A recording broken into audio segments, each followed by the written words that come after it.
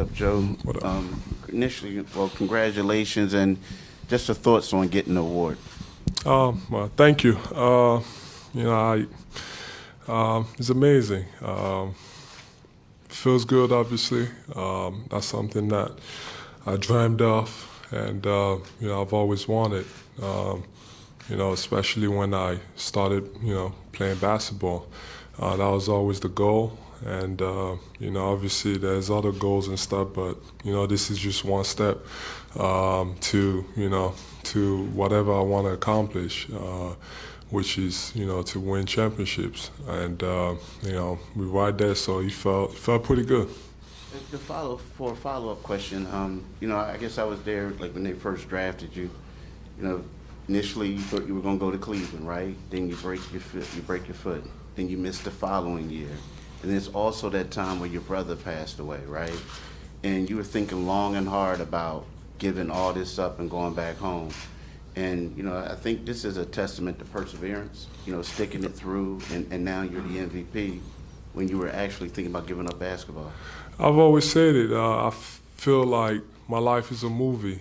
You look at the way, obviously, starting playing basketball at 15, and not really know. I mean, the whole goal was to just when I got the chance to come to the U.S. was really to come get a degree and find a way to get a job because I didn't think basketball would take me anywhere. So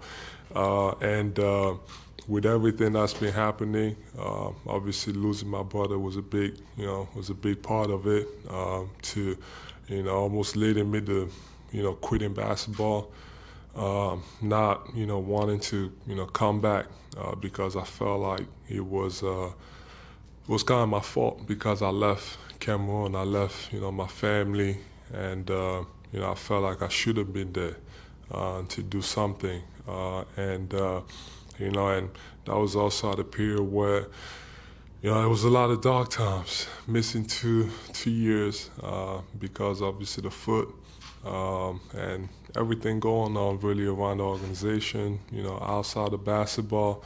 It was tough, but I'm just glad that I pushed through it, and I'm here sitting in front of you guys, having accomplished something that a lot of people don't get the opportunity to. It's hard. It's hard to win in this league. It's hard to be successful in this league. There's a reason why, these are the best basketball players in the world. And to be sitting here and, feel like, I won something as far as, the most valuable player is great.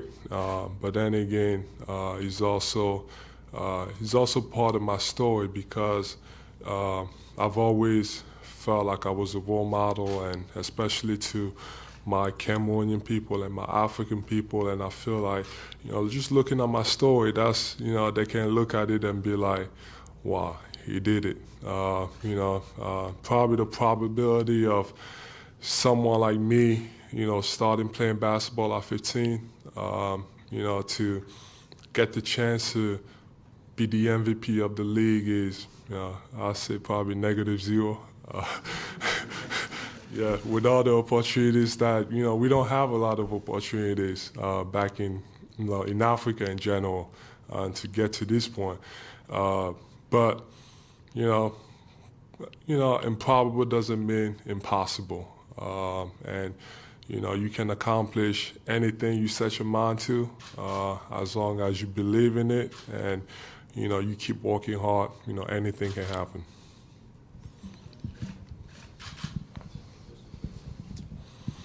Joel, just you mentioned those dark times. Since then, where do you feel like you've grown as a person? I'll say the biggest key of it is obviously, it's all about family. I don't talk about it a lot. My son, I would say, is probably the biggest part of it. My parents, they've been here, from the beginning. I'm still kind of pissed at my dad because he didn't let me start playing basketball until 15. Who knows what I could have been if I had started earlier, but he made the right decision. Everything happens for a reason. You know, my mom, she doesn't really care about all of this. She just wants me to be healthy and, you know, be able to, you know, do what I love. So that being a big part of it. And then obviously my family, you know, fiance, Arthur, like I said, he's the, you know, obviously losing my, you know, my brother, and, you know, I think, and then giving his name to my son meant a lot. And he's, you know, my son is, you know, the reason why I'm really sitting here, because I just, you know, when I found out, you know, we were having a kid, I just remember I was like, I gotta be a great role model, and I gotta set a good example. I want him to understand that, you know, his dad not only was pretty good, but he also worked hard, and he went and, you know, took everything he wanted. So he's one of the reasons why, like, my whole mindset just changed. Everything about me just changed. The way I went about my business, my life, everything just changed, because I just wanted to be a great father, set a good example, and you know, and then obviously there's been a lot of people along the way. You know, if I start going through names, we're gonna be sitting here for a long time. But so they know who they are. I mean, Drew, you know, Kim, you know, the Talon family, were a big part of, you know, my rehab. You know, when I got to the league, that really took care of me. It's a lot of people. You know, I got a lot of, you know, may seem like I don't have a lot of friends, but I do have a lot of friends. Like I said, that know who they are. You know, my guys from LA.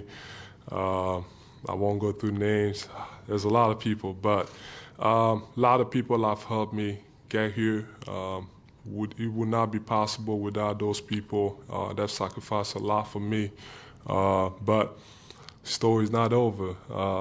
You know, like, you know, I don't want to say, but, you know, it's baby steps, you know, to get, you know, where you want. And, you know, we went all through these years of the process to trying to get, you know, these opportunities. And I think a lot of credit goes to the fans also, because they've been so supportive, you know, from the beginning. You know, showing up to games, even though there were seasons where we won 10 games and EB hanging a banner in the locker room. I remember being pissed about it because my name was up there and I had nothing to do with it, because I'm just not a loser. I hate losing. But you know, we went through a lot, whether it's the burner accounts, you know, my guy Sam Hinkie, you know, getting kicked out. And there's a lot that has happened that we had to go through. And I think the fans are a big part of it, always been supportive. And like I said yesterday, this is about, it's not just, you know, for me, my teammates, the whole organization, the fans, you know, everybody played a big part of it.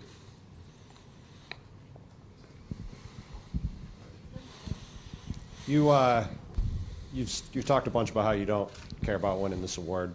We saw your way emotions went through you last night. You talked about how you dreamt about doing this. I was curious, what has been the thing that's stood out to you about why this matters so much to win this award? I think a lot of people have this misconception of you know, the difference between being competitive and wanting to win everything possible. You know, I don't want to win this award because, you know, it's just the MVP. I want to win it because it means a lot to me. Like, you know, like I said, I went through a lot, and that's just a validation of, you know, that everything, the sacrifices and everything you went through, you know, is paying off in some ways. And, you know, obviously winning a championship is gonna be way better, and we have that opportunity.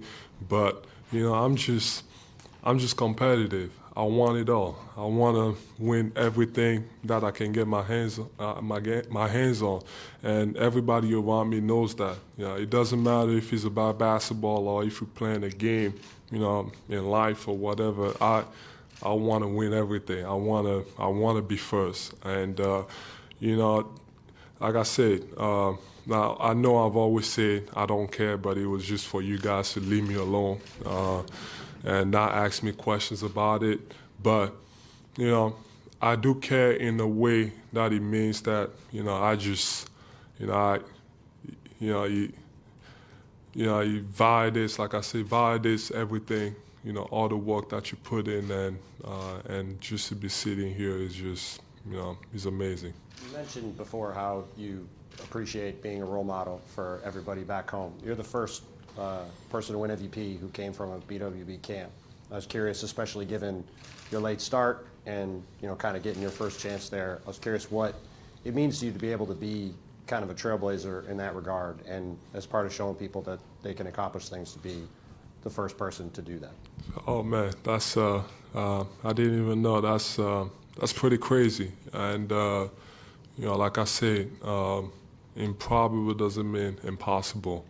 A lot of us don't get these opportunities to come to the U.S. and get to go to high school and go to college and have a chance, to be on an NBA roster, let alone being an all-star. I was talking to, Luke is another big part of why I'm sitting here because he gave me, these opportunities, and it's like, oh man, it's crazy. Like we were just talking about the whole journey of what it took for me to be here, and he just feels amazing. And like I said, being a role model, and mainly to my African people, that's the best of all, because I want us to succeed. For us to usually achieve something, we have to work, twice as hard as everybody else, and I want them to understand that, yeah, we can do it. It's possible. You just gotta be a little lucky, but it's possible. If you get these opportunities, you gotta, just keep going and believe in your goals, and it's gonna happen. Just real quick, obviously you just went through shoot around. How are you feeling coming out of that, and how do you feel about tonight? And how have the last couple of weeks been? Given I know you spent the season hoping to not have to be in a situation where you're playing through an injury like this and missing time during the playoffs. Yeah, it's tough, but like I said, my life is a movie. Everything happens for a reason. Every single year, always, something freaky happening, and that's okay. That's another challenge on the way to, getting to where I want to. And obviously it's hard dealing with another injury, and but when something like that happens, you got about a day to kind of be sad and whatever, and it's time to go back to work and rehab and trying to make sure you do everything possible to be able to get back on the floor. So obviously it's earlier than we thought, considering what I had, but I'm just glad to be able to go up and down, and kind of see how it feels. So we're just gonna take day by day and see how it feels and go from there. Okay, so just to clarify, is it still up in the air if you will go tonight, or what are you expecting for tonight's game? And then I have a real question, I promise. It's a possibility, just like it was a possibility in the first game. But I'm gonna listen to those guys and see what they have to say, the doctors, and obviously I want to play. Everybody knows me. I just love being on the court and I love to play. So there's a possibility, and I got the green light, and then we're gonna go ahead. But like I said, we're just gonna talk about it. But feel pretty good, just like I felt about the game. Last game, I felt like we had a huge opportunity and that we were gonna win. And tonight, whether I play or not, I believe in those guys. You know, anything can happen, and I think we got a huge chance to win a game. And then just broader speaking, we've obviously seen the statistical jumps, the numbers you've put up the last couple of years, but when teammates talk about you, they often talk about your leadership strides, and I know that's kind of an intangible thing that can be hard to quantify, but how have you, over the last couple seasons, maybe kind of made a concerted effort to be more of a leader? How have you gone about doing that? Because knowing your personality too, it kind of maybe seems like it might have been a little unnatural for you at times. I think when it comes to leadership, I don't think that's something that I really push to be. I remember having conversation with Coach Brown about what kind of leader I should be and what kind of leader I want to be.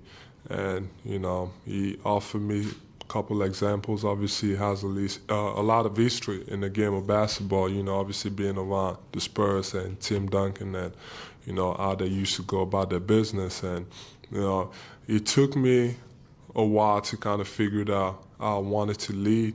Obviously, everybody's different. I'm not going to be the guy to just go out and yelling at people or be all hype and all that stuff. That's just not my personality. But the way I can do it is, by pushing my teammates in a positive way and sometimes in a negative way, just to get a reaction out of them. Because it's all about studying, guys too. Some guys, you want to be as positive as possible, and some guys, you can be a little bit negative, and they're gonna take it and they're gonna want to be better. And that's also me. I actually like when people are negative. I like when you guys tell me that I can do something or I can accomplish something, because I'm gonna go out there and the file night and show you that I can do it. So I think over the years I just found a way to just kind of relate more with my teammates. Obviously I don't do anything outside of basketball as far as whether it's going out and going to dinner. I just hate restaurants and stuff, so that's not me, but sometimes I do it. But I think the guys around me, they've also been extremely helpful. They've allowed me to just be myself, and then also just take me as I am, and that's been great. And Tyrese is a guy that I would probably put in a position of just understanding me and understanding that if I'm gonna criticize him, he knows it's because I want him to be better. Some other guys, in the past, I don't know, or now they might have took that criticism as like, oh, he's mad, something, he has a problem with me. But no, that's not me. I want to win, and I can't win alone, and I need all of them, and they do understand it. So I think that's why this team is different and special. Joel, there was an interesting video posted last night of you finding out the news and your reaction.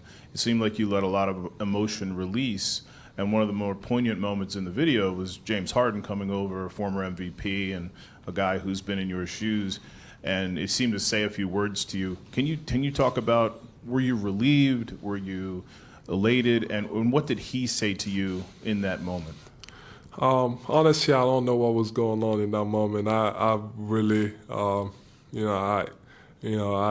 told myself, I was like, if I'm gonna win, I'm not gonna have any emotions. I'm not gonna cry, and I'm just gonna, be happy and have a straight face. But I ended up doing the opposite, which that was unexpected. But all the guys, I wanted all the guys to be there because they're a part of it. They're one of the reasons why I was sitting there and getting that accomplishment. And James is, man, I don't even know where to start. I think since he's been here, I think he won't tell me that, but I think he kind of made his goal for me to be the MVP. He's given up a lot, and he's, obviously I've always said it is the best playmaker I've ever played with, and he's the best playmaker probably in the NBA. So He's been helping me as far as, getting me easy opportunities, whether it's to score the ball or just be a better basketball player on and off the court. And, he was just extremely happy for me, just like they all were. And that meant a lot for me. That meant a lot to me, to know that, your teammates care about, you as much as I care about them. Were there any reactions from it's been, several hours. Has there been a reaction from outside of your team that really resonated with you, whether it be from a guy like Luke or whoever, where you said, wow, I didn't expect to hear from, Tim Duncan or, Hakeem or somebody like that? Has there been a response that you've received that may open your eyes? No, I mean, I just, obviously, my people, my friends, I haven't gone through my phone, and whenever I get the time, I'm gonna go through it all and make sure that I thank all of them. And also, I gotta thank all of you guys, for voting for me, and but I'm just I've just been overwhelmed with the love and how much people have been supporting me over the years. And like I said, if I go through the names, that we're gonna be sitting here a lot, a long time.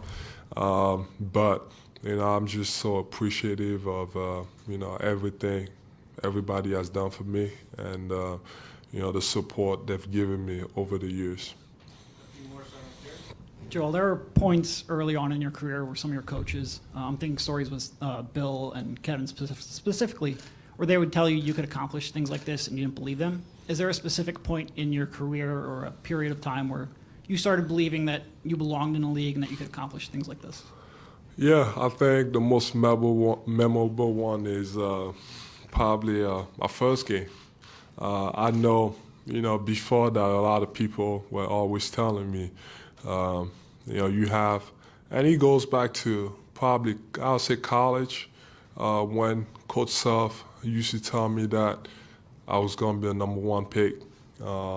As for a kid like me, I was coming into college. I was supposed to be there for 4 years. I remember I wanted the red shirt and probably be there for 5 years because I had no idea that I had the opportunity to go to the league. And he used to tell me, you're going to be a #1 pick. And then I was like, man, I've always been told these coaches lie, and, they're going to tell you what you want to hear. And, that's not what they believe in. And that ended up happening. And then obviously my coaches that I've had, whether it's Coach Brown, the Billy Lang, and, so on, like all those guys, telling me about how good I could be.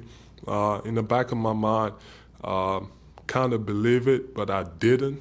But I believe it because I wanted to also push myself to kind of, not prove those people wrong, and to make sure that they can say that they were right when they said all those stuff. So, but when I first played my first bucket, I remember the turnaround fadeaway jumper.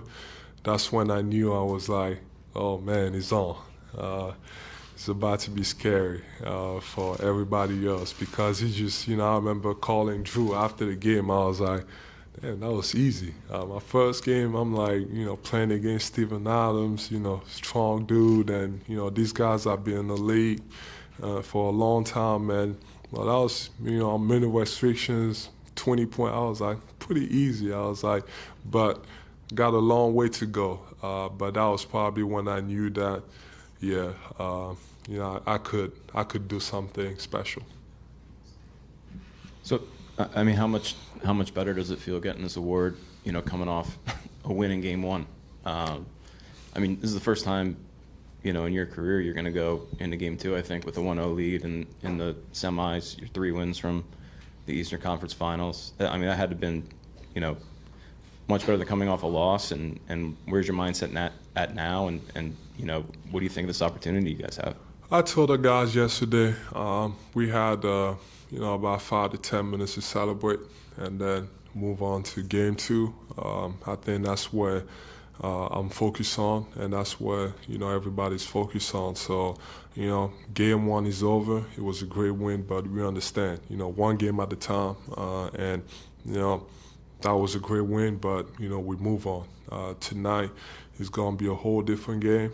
They're going to come at us, and, everybody's got to be ready to respond and then also punch back. So, we focus on tonight, and, this is like James was saying, this is like a game 7. Like we have to find ways to, try to win this game. We got to do whatever it takes, whatever is possible, to make sure we put ourselves in, positions to win this game. And that's what the focus on. And tonight, we gonna do whatever it takes to make it happen. And whether it's tonight or at some point in the future, are you confident that you're going to be back at some point and can make a difference in this series? Yeah, I mean, at some point I'll come back and add what I can, and then obviously, be as 100% as I can be. But I'm sure I can make a difference. I'm just gonna have to figure it out where I can help, and that's gonna be the easy part, because we just know how to play with each other, with or without me. So it's gonna be easy to get back into it, and then for myself, just gotta let the game come to me whenever I come back. Haven't really done anything the last 2 weeks, so I think the biggest game for me is not pushing anything and just let the game come to me. Joe, Doc the other day was talking about how, I guess he had a conversation with you when he first got here about trying to get you to this level. Can you just kind of talk about those conversations and what he's done to kind of push you to get to this level? Man, I remember the first conversation that we had when he got here was, obviously it was about a bunch of things, but about basketball, I think. He just wanted me to figure it out who I was and, who I wanted to be. And obviously as we got deeper in the conversation, he started, kind of making me understand not to be who I think I am and who I think I should be, was to make sure I just knew, my spots on the floor and, where I wanted the ball and that I had to go and kind of perfect it and walk on it over and over and over. And, that helped a lot. And then we went back and we looked at film. I always go back to, playoffs, earlier in my career where I was just a post player and it was easy to double and, it was easier to, harder to score.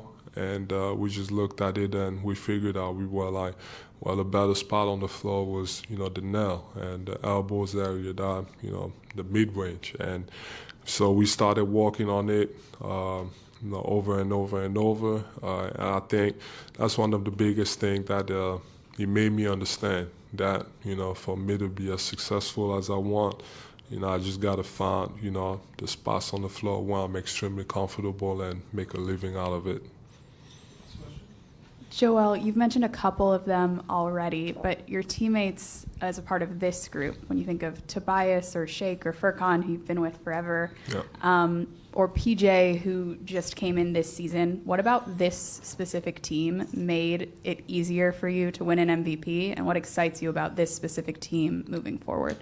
That being, I think we just care about each other. We care about each other's success. We want everybody to be successful, and I think we also have a lot of veterans. And you got a right combination, and you got guys that understand that for everybody to be successful, you got to win. And to be able to win, everybody has to do their job, and they have to understand what the job is, and they got to go out and do it. I think that's the key. Obviously, adding PJ has been a huge part of it. Tyrese has taken another step. D-Melt has been great. I know Furk is not getting a lot. He's not getting a lot of minutes, but he's working hard to make sure that he's always ready. And I've been with him, you know, for a long time. So, you know, he can play. But, you know, it just so happens that, you know, coaches have to make decisions, and, you know, that's just the way it is sometimes. You know, Shake, all those guys, you know, Tobias, you know, we've been through a lot. You know, so I'm just happy that, you know, those guys are just able to go out and, you know, do something like they did, you know, game one. And, you know, that's something that they can do every single night. So I just believe in them, and they know how much I care about them, how much I believe in them. So, you know, I'm just excited to, you know, just come back and whenever that is, and, you know, add, you know, whatever I can. Thanks, Joel. Thank you. Everybody.